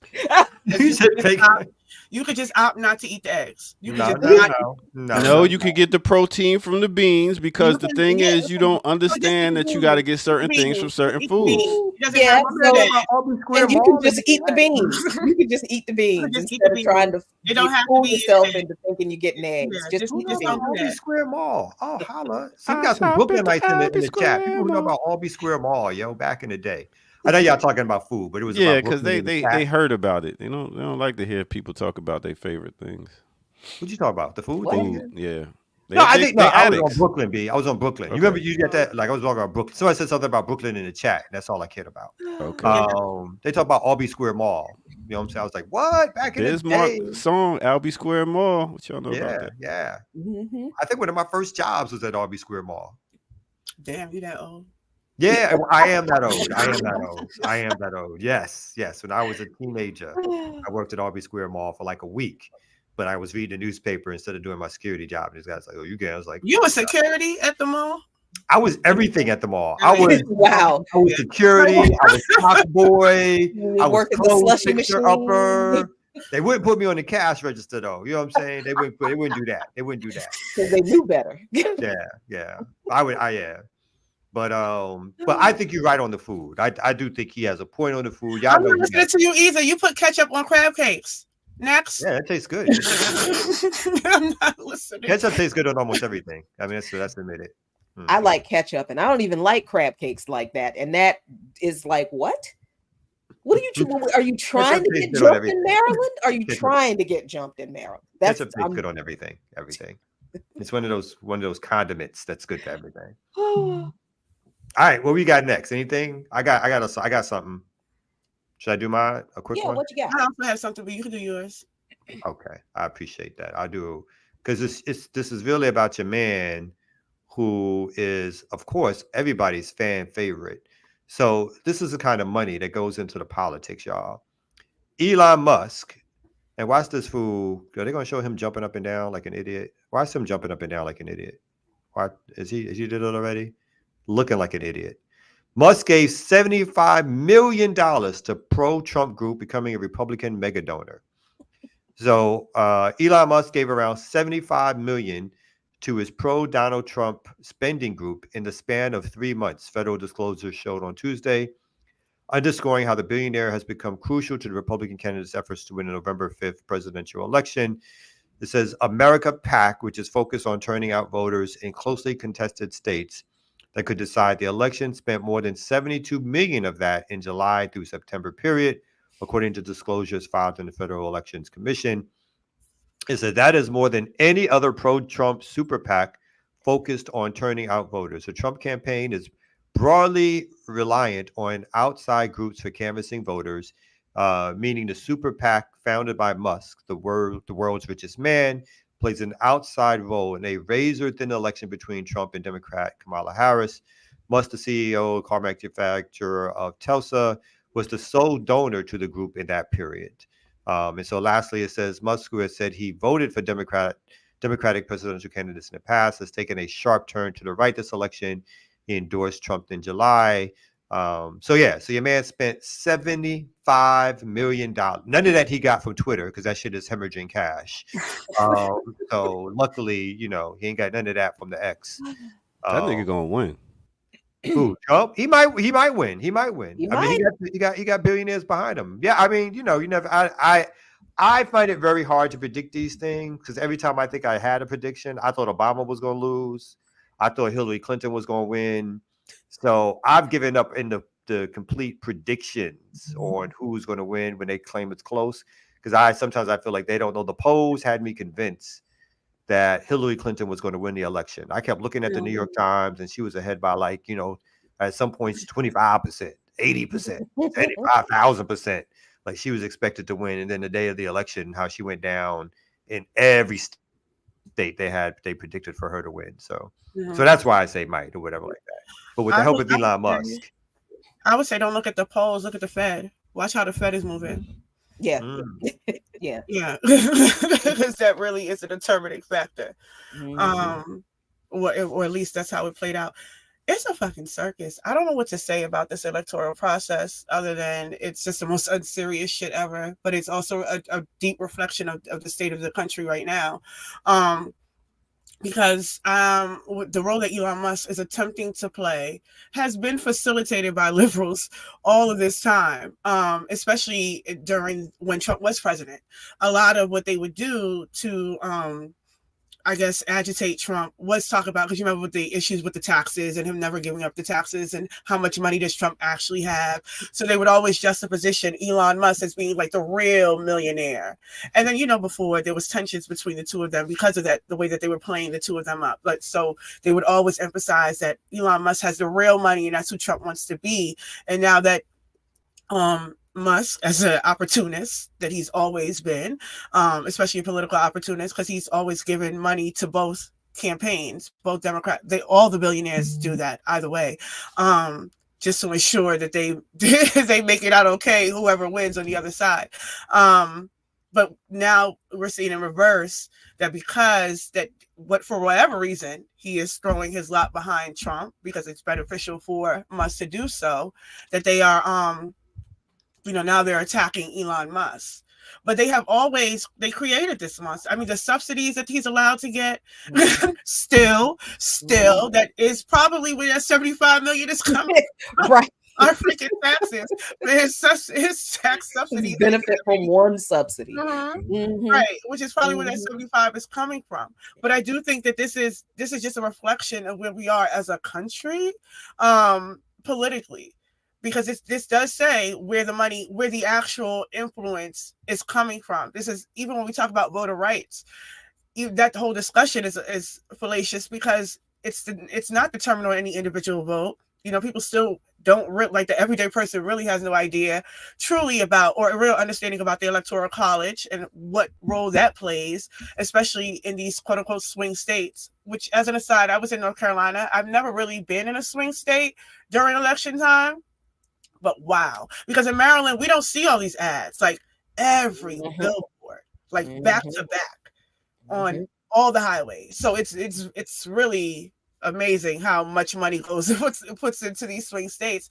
But, I say that to say that this is the state of where we're at, that we are not the deciding factors as voters on any of these things. Because there's a fundamental disagreement at large. Nobody wants to have Trump in. But then this man gets to come in with a $75 million pack and change that. And that's not any different from what we see in the Democratic Party. The amount of money that's going into those packs, which is why she's on the shade room, which is why. So that's just really the state of where we're at, where this is not a democracy. It's completely on its face, has been exposed as the oligarchy that it's always been. But you could see that primarily by the way that the ruling class has a particular power and control over the results of what happens in these elections, and then over our policy making, and then overall the futures of whatever happens to us.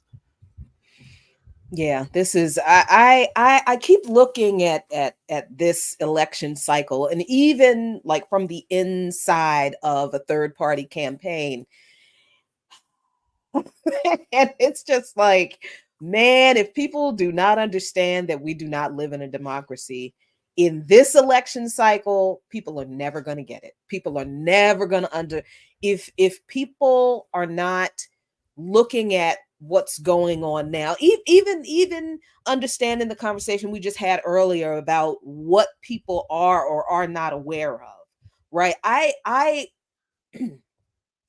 cannot see people seriously looking at this election cycle and saying, yes, this is the way a democracy is supposed to be run. I don't know what to say to people anymore. I honestly don't. I do not know what to say to people anymore about elections and voting when genocide is not a red line for people, when both political parties' representatives are equally horrible, and people are still just hanging on to equally horrible, and somehow twisting themselves into mental knots to make that okay.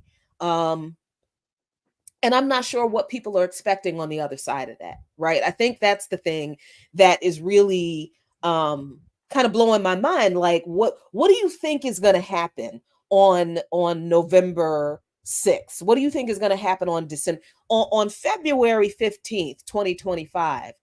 How do you think your life is going to be better if you vote for either one of these people and either one of them is elected? What do you think life is going to be like under either one of them? And that, I think, is where people are choosing to be dishonest with themselves, because they really do believe, I think, that Kamala Harris will be a smidgen better.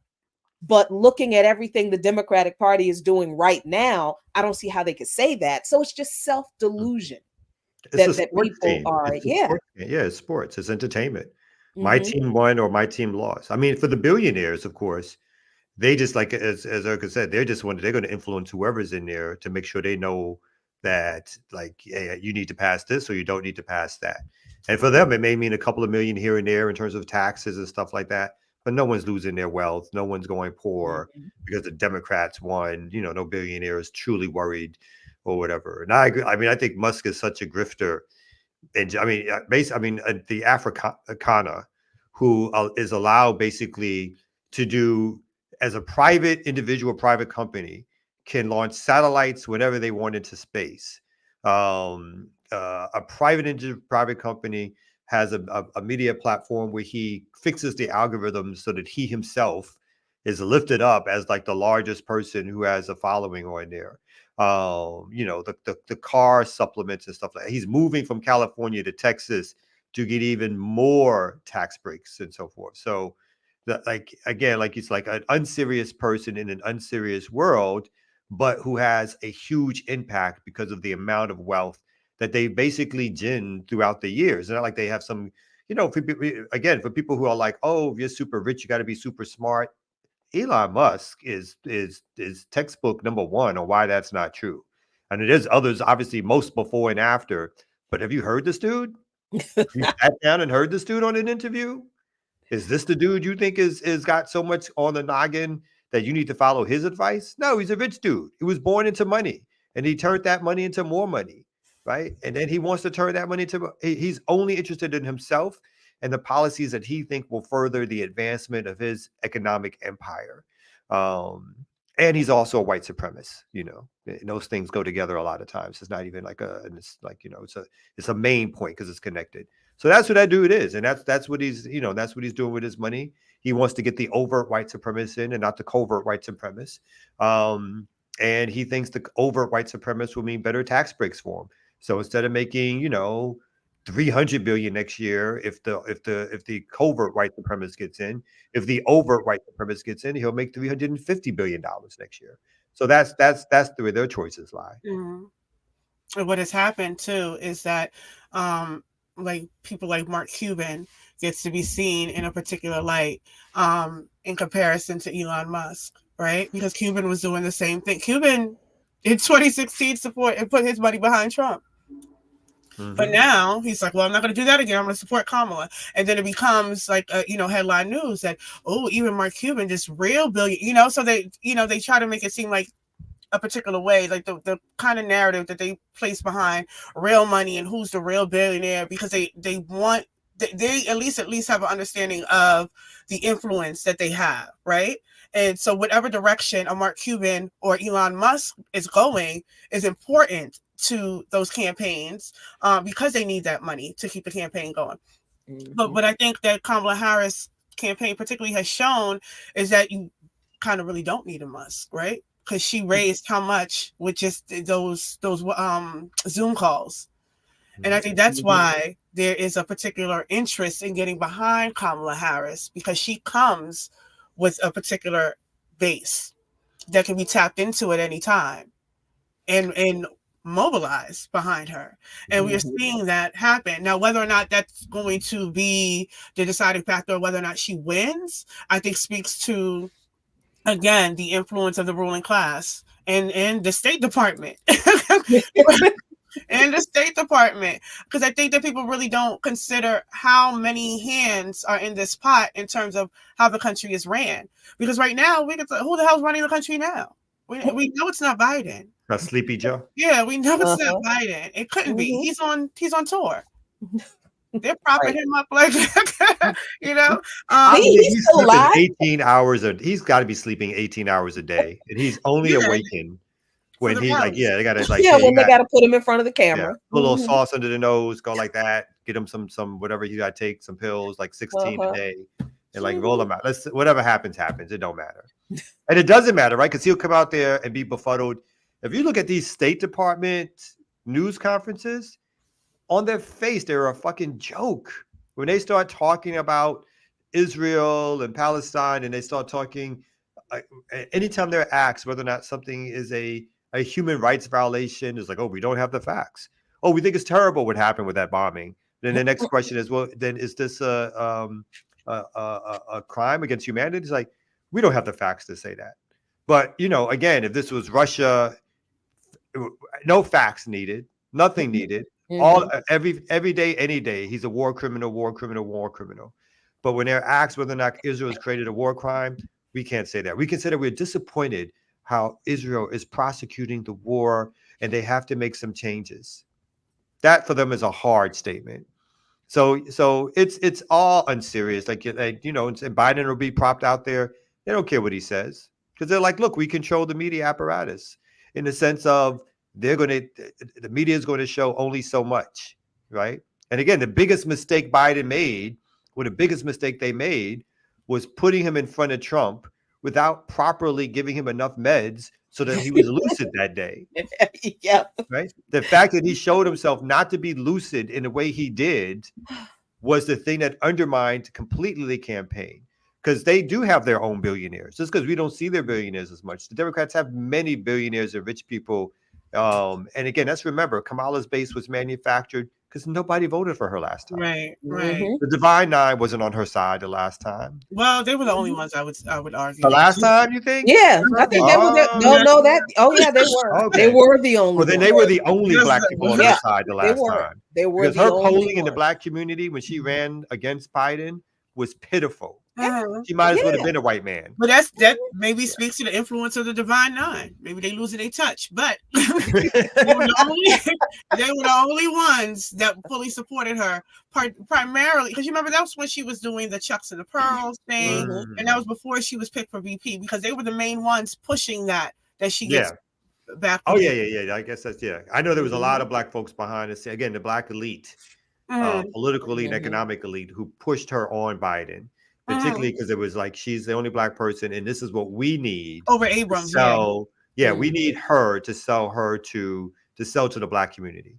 Abrams was never a choice. She was real because she's really black in terms of phenotype. To be honest, I really believe they never. They looked. It wasn't about her policies, because her policies are no better or worse than Kamala. She's no better or worse. They're very, very similar. Strictly around racism. She's a light-skinned black person, and she's a Reaganite. Yeah, that's all that was. Because she's got. In fact, I would say Abrams has more of a base in the black community than Kamala Harris ever had. So if they're going to pick somebody because they were bringing real numbers that were like something that you could document, then they would have picked Abrams, as terrible as she was also. But they figured, hey, we can, and again, this is how the machine works. We give us a little time. We can figure it out and push anybody on the scene. She doesn't have the talent of Obama. That's obvious. But well, look where she's at. But I think, to that point, she was pushed there. But when you mentioned the debate, one of the things that happened instantly after that debate was Kamala's defense of Biden. She was the first person to speak up. And that's what I think back to. It's like, it was definitely a coup. Oh, yeah. I don't think it was a coup as much as I feel. I do, because I think that Biden. I mean, I think. Well, no, I take that back. I think she spent these last years working in the background. I don't think she was a part of the coup. I think the other Democrats were a part of the coup, and because remember at the beginning they did not want her. They were talking open primary. But I think, but again, to her credit, in terms of the Machiavellian ways in which people move, she pulled that shit off beautifully. That's the thing I give her the most credit about. I give her credit where, whether or not she was part of the overt coup or not, when she saw the opening, she was like, the time. She seized the fucking time. Ran on went in into there. Biden's bedroom, allegedly. Got him up, allegedly. Got him to write, sign his name or something saying, and I support Kamala being the nominee. How fast was that out there? She only could have crept into the bedroom and type that up. It took him a long time to pass. No, it did not. After he because remember, if you remember how that happened, so she was in defense. Nancy Pelosi and all that were not behind her. Then that call happened with the Zoom call, and they raised that $8 million or $8 billion in that. Biden supported her before that, though. Biden's statement. He was not prepared to step down yet. No. She did the call with which call you took? She raised all that money? The first call with the black woman. That was when she was already about to be nominated. That's when she was already. She was one of the, because they were already talking about Biden needed to perhaps step back. And they were talking about doing primaries and things like that. You remember you and I were talking about potentially Newsom? We were throwing all kinds of names out there. Yeah. Because we did not see Kamala Harris coming. Kamala did that call with the black women. I think we got to review this. The money that was raised. We got to review this. Biden, we got Pelosi, we got Barack Obama. Biden came. Yeah, they fell like dominoes. Biden was the first. Biden came out in support of her before the rest of the Dems did. Which gave the rest of the Dems, they could not go out as hard as they wanted to impress with this open convention. And she did that. She did the meetings. She did the press thing. She herself put out her information. She slayed those crackers. I give her credit for that. She put Nancy Pelosi and Chuck Schumer in their fucking place. She moved. I'm telling you. She allegedly went into the bedroom and typed up that message and got that shit out first thing first, whatever like that. And then the dominoes began to fall. No one would come out and challenge her because no one wanted to have another fight. It's one thing, again, they already made the old dude step down, but then we're going to come out and say that his vice president wasn't the logical choice. It's like, yeah, you about to get, and black, and again, her rallying black people and her black surrogates to be like, because y'all going to go over your most loyal constituent that you constantly are stomping on. This one, that would be the only reason why they would the black elite would come out against the Democratic Party. If they went over the black woman to put in the white man, it's all about then they would have came out, I think, in droves and be like, oh, we're not supporting her. You can continue to kill the Palestinians all you want, but we need a black face in front of that. That's basically how that ran, as I saw it. Oh, speaking of black faces, can we pull up my last story since we only have about 5 minutes left? I think the ear doctor has it. You got it. Okay. So, big news, Morehouse. Gotta love these HBCUs. Vice Admiral Alvin Hosley, he has been nominated to lead the combatant command, and this was in August the 28th of August this year. He is now the new commander. Laura Richardson will be stepping down, the first woman, and she is going to be replaced by the first Black. Aren't we? Oh boy. If you're familiar with Southcom, it is one of the 11 military commands that the U.S. has carved up the world into its regions, it's specifically Latin America and the Caribbean. A lot of the work that we do in Black Alliance for Peace Haiti America's team is to also indicate that the South is also part of that. When you look at how particular commands are moving, like the Operation Trade Winds that does combat trading with NATO countries in Southcom and the Caribbean. So all of these things are part and parcel of the process. But then also, and a lot of what we've been talking about here and just in general about what's happening in the Caribbean with Haiti, with Honduras, with Cuba has had a Southcom presence. Southcom does not only have a military presence, but they also have an NGO presence through USAID. They also have the humanitarian aid, quote unquote. So when these hurricanes and things happen, they send in Southcom. Cuba sends doctors, the US sends the military. But Southcom is a big deal. And what we're seeing now is if you look at all of the AFRICOM is being led by a Black man. Southcom is being led by a Black man. The UN has Linda. The Defense Secretary is Lloyd Austin. So we are just racking up with seats at the Empire's table. Marine Corps led by a Black man. Yes. Mm-hmm. So this is what's happening, and it just makes me think of. We talk about imperialism being the highest stage of capitalism, but I think it's really, really important at this time that everybody refreshes themselves with Nkrumah's neocolonialism is the highest stage of imperialism. Because if we are looking at what is happening and the U.S.'s role as empire and what is happening throughout the globe, the amount of wars that the U.S. is involved in, the amount of global destabilization that the U.S. is involved in, only for the sake of expanding its hegemony and maintaining its hegemony in these parts of the world, it's all being led by Blacks. And there's a potential commander-in-chief that will be a Black woman. Right. Mm-hmm. And these are things that we are being told to aspire to. These are good things, and without any consideration to what are we being asked to do? And this is such a drastic far reach from where the Black community, quote unquote, has been in terms of understanding their position within empire.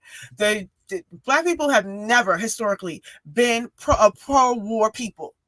Mm-hmm. And these last decade, especially through Obama, the Black people in this country seem to be all in with war because they see it. I have Black people talking about, we about to go fight Iran. We who? We got an issue with China. We don't know. We who? Right. So seeing themselves as part and parcel of this country, becoming more patriotic, all of that is a mechanism of what we're seeing take place from all the major cities have Democratic leadership that just so happens to be Black. Right? And this is the thing that we're pushing for. More Black faces in these spaces without any consideration of what even is happening. So the repression, the criminalization, the occupation of our communities, all of this is happening by Black people. Mm-hmm. So we are the worst, the most hated in all of these things without any particular context to perhaps why. What is happening right now geopolitically that would cause a particular reaction to Black people in the U.S. who have always been internationalists, who have always been anti-war, and that is a big drastic shift. Mm-hmm. That's right. Mm-hmm. Real quick, that's not to toot our own horn, but that's why we are so important as an outfit and others who do the same thing, because we are the ones who are continually, others too, are pushing the historical Black radical perspective of our role within this empire. And others are trying to completely eradicate the history of Black resistance to American empire. And like you said, Obama was their greatest puppet ever, or their greatest invention ever was Obama, to move Black people towards trying to be a part of the empire. Bam. All right, there it is. Eartha Kitt would have said, "No need to toot your horn, Marcus." What is happening? Coming to a Love what that was that? movie. No, I Boomerang. know what it's Boomerang. from. I mean, That was you know, Boomerang. that was Boomerang all day. All right, well, Boomerang yourself back here tomorrow morning so y'all can catch us once again at 8 a.m., giving you some more of that boom bap breakfast right here on the Remix Morning Show. We got anything coming up before we get out of here, Jackie? I am working on 2 or 3 different things at one time. I don't know what the hell I'm going to do this.